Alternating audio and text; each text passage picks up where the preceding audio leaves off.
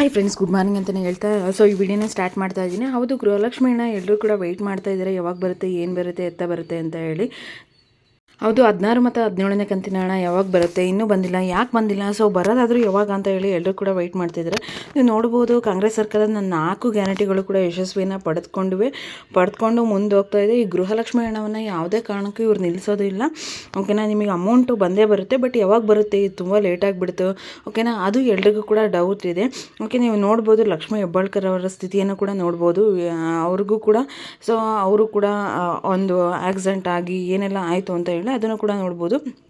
ಅವ್ರಿಗೇನಾದರೂ ಈ ಥರ ಆಗದೇ ಇದ್ದಿದ್ರೆ ನಿಮ್ಮ ಗೃಹಲಕ್ಷ್ಮಿ ಹಣ ಬೇಗ ಖಾತೆಗೆ ಬರ್ತಿತ್ತು ಅಂತಲೇ ಹೇಳ್ಬೋದು. ಅವರು ಈ ಸ್ಥಿತಿಯಲ್ಲಿ ಇರೋದ್ರಿಂದ ನಿಮ್ಮ ಗೃಹಲಕ್ಷ್ಮಿ ಹಣ ಏನಾಗ್ತಿದೆ, ಸ್ವಲ್ಪ ಲೇಟಾಗಿ ಬರ್ತಿದೆ. ಹಾಗಾದರೆ ಬರೋ ಡೇಟ್ ಆದರೂ ಯಾವಾಗ ಅಂತ ಹೇಳಿ ಎಲ್ಲರೂ ಕೂಡ ವೆಯ್ಟ್ ಮಾಡ್ತಾ ಇದ್ದೀರಾ.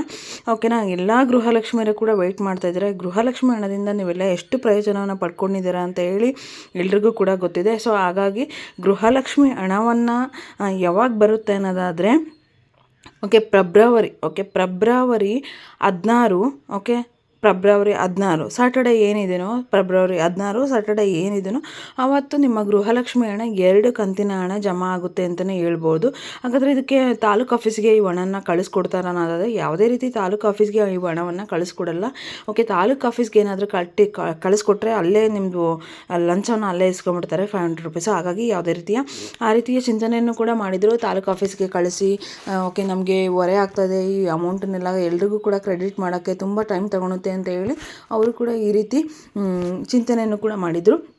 ಆದರೆ ಯಾವುದೇ ರೀತಿ ತಾಲೂಕು ಆಫೀಸ್ಗೆ ಇವರು ಕಳಿಸ್ಕೊಡಲ್ಲ ಅಮೌಂಟು. ನಿಮ್ಮ ಖಾತೆಗೆ ಇದುವರೆಗೂ ಹೆಂಗೆ ನಿಮ್ಮ ಖಾತೆಗೆ 16 ಮತ್ತು 17 ಕಂತಿನ ಹಣ ಜಮಾ ಆಗ್ತಿತ್ತು, ಅದೇ ರೀತಿ 16ನೇ ತಾರೀಕು ಶನಿವಾರ ಸಂಜೆ ಹಂಗೆ ನಿಮ್ಮ ಖಾತೆಗೆ ಹಣ ಬಂದು 16 ಮತ್ತು 17ನೇ ಕಂತಿನ ಹಣ 4,000 ಹಣ ಬಂದು ಜಮಾ ಆಗುತ್ತೆ. ಯಾವುದೇ ರೀತಿಯ ಯೋಚನೆ ಮಾಡಬೇಡಿ, ಅಮೌಂಟು ಬರೋದು ಲೇಟ್ ಆಗುತ್ತೆ ಅಷ್ಟೇ. ಈ ಗೃಹಲಕ್ಷ್ಮಿ ಹಣ ನಿಮಗೆ ಆದಷ್ಟು ಬೇಗನೆ ಕೊಡ್ತಾರೆ ಅಂತಲೇ ಹೇಳ್ಬೋದು. 2 ಕಂತಿನ ಹಣ ಸದ್ಯಕ್ಕೆ 16 ಮತ್ತು 17 ಕಂತಿನ ಹಣ ಜಮಾ ಆಗುತ್ತೆ.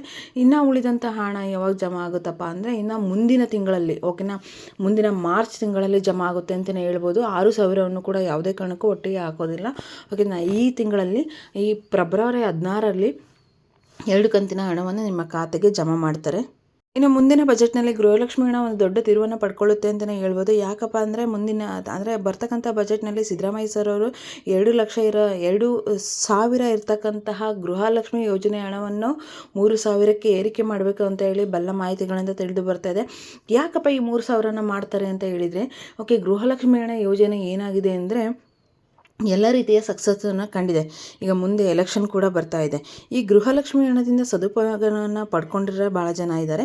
ಹಾಗಾಗಿ ಸಿದ್ದರಾಮಯ್ಯ ಸರ್ ಅವ್ರಿಗೂ ತಮ್ಮ ಸರ್ಕಾರಕ್ಕೆ ಮೆಚ್ಚುಗೆಯನ್ನು ವ್ಯಕ್ತಪಡಿಸಿರ್ತಕ್ಕಂತಹ ಜನಗಳಿಗೆ ಇನ್ನೂ ಕೂಡ 1,000ನ ಜಾಸ್ತಿ ಮಾಡಬೇಕು ಅಂತ ಹೇಳಿ ಟ್ರೈ ಮಾಡ್ತಿದ್ದಾರಂತೆ. ಹಾಗಾಗಿ ಏನಾಗುತ್ತೆ ಅಂತ ಹೇಳಿ ನಾವು ಕೂಡ ಕಾದು ನೋಡೋಣ.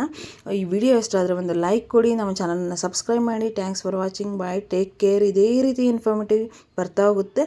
ಈ ವಿಡಿಯೋನ ಇಷ್ಟ ಆದರೆ, ಸಿದ್ದರಾಮಯ್ಯ ಸರ್ ಅವರು ಇಷ್ಟ ಆದರೆ, ಗೃಹಲಕ್ಷ್ಮಿ ಯೋಜನೆ ಇಷ್ಟ ಆದರೆ ಒಂದು ಲೈಕ್ ಕೊಡಿ ಅಂತ ಹೇಳ್ತಾ ಈ ವಿಡಿಯೋನ ಮುಗಿಸ್ತಾ ಇದ್ದೀನಿ. Thanks for watching, bye, take care.